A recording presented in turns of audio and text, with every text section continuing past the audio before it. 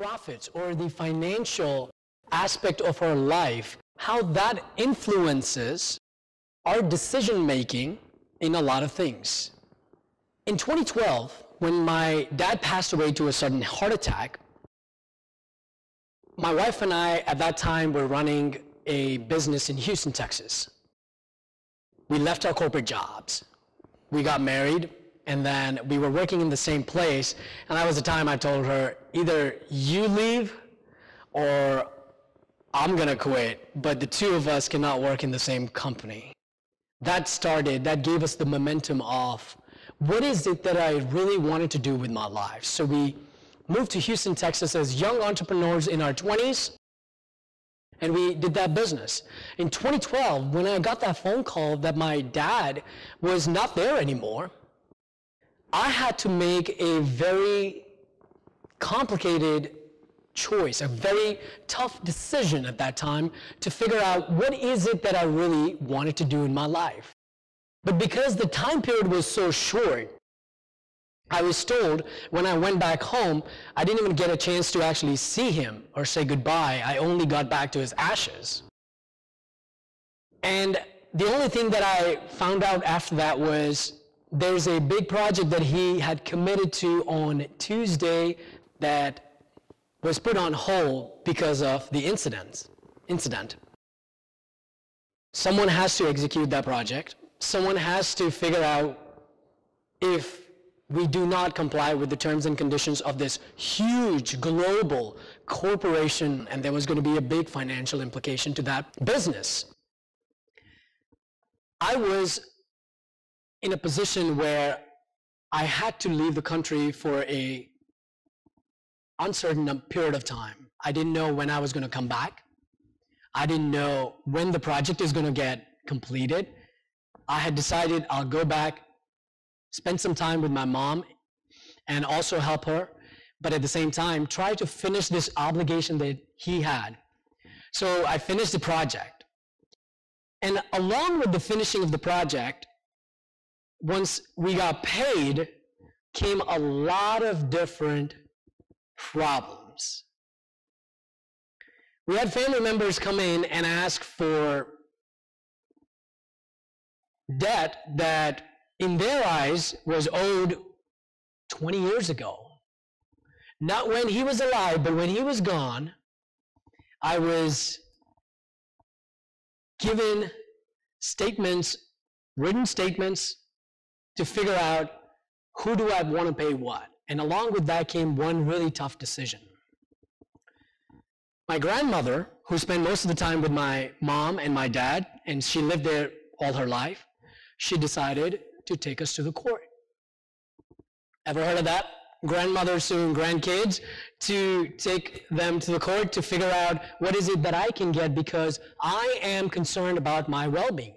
Her fear was that because my dad was not there anymore, is my mother going to take care of her? Is she going to feel obligated? Is she going to be regretting the decision of spending all that time with her and now maybe punish her? That's what she thought. And that was a time when I had to make a tough choice between what is the priority of finances in my life. It was time to let go. It was time to let go, not just the fear of losing money, but it was time to let go of the relationship as well. Just like we heard in your story, that I had to figure out what's valuable. What is it that's value adding? And that's exactly what I had to do as well. The relationship, along with the money, was not value adding at all. It was not making my life happier. The relationship was never going to be the same like it was 20 years ago when I was living with her as a grandkid. I was nice and she loved me and everything else was great. So I had to let go of that relationship as well. Along with the finances, it was time to free myself. And I have no regrets about making that choice.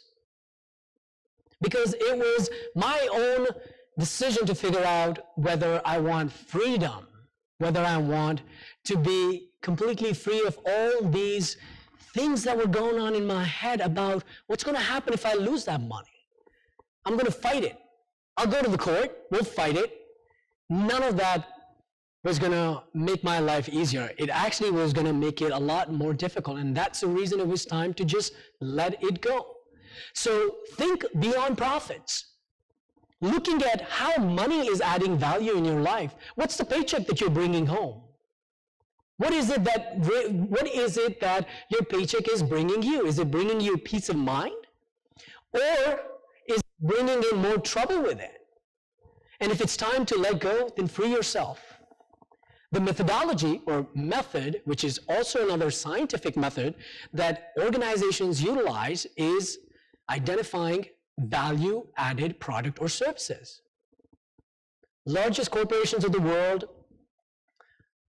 identify what is it that they are putting in their product, or if it's a service that they are putting in their service that the customer is never paying for. If you're not getting anything back in return from the customer, if they say that we want this product to look rectangular and they're not going to pay for it, but you will have to spend that money out of your pocket, then that is something that you have to decide is either value adding or not. And then you create and you do negotiations, or you have negotiations with the customer.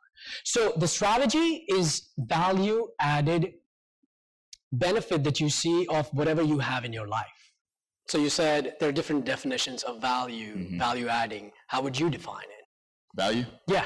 What is it that's value adding to your life? Not just in financial terms, but your relationship or the job that you do, maybe your boss or whoever that is. What is it that you would say is value adding? How would you define it? And it can be broken terms. It doesn't have to be anything specific. Something that you can make the decision, or you can go home and go to sleep at night and you close your eyes and there's no tossing and turning. You know, you feel good about whatever that decision is, whatever position you had to be put in that made you decide one way or the other. You know, just living with yourself and being good with that, I'd say would be a good valued situation. That's good. So that's exactly what can be applied to any domain of our life, our relationship, our jobs, whatever that is that we would like to do. Something that I really liked what he said. Wes said that you can close your eyes and go to bed and not worry about it because you're very clear about what it means to you. When my own personal tragedy happened and I had to make that tough call of letting things go, I literally had nightmares. I used to wake up in the middle of the night sweating and drenched in sweat, thinking about why did I even dream about it? And subconsciously it was just going on in my mind that it's bothering me.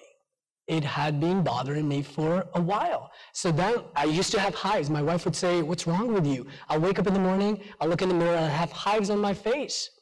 And it was bothering me so much that I wasn't clear in my mind that if I close my eyes and I make the decision of it is not something that is going to make my life better, then I have to let it go.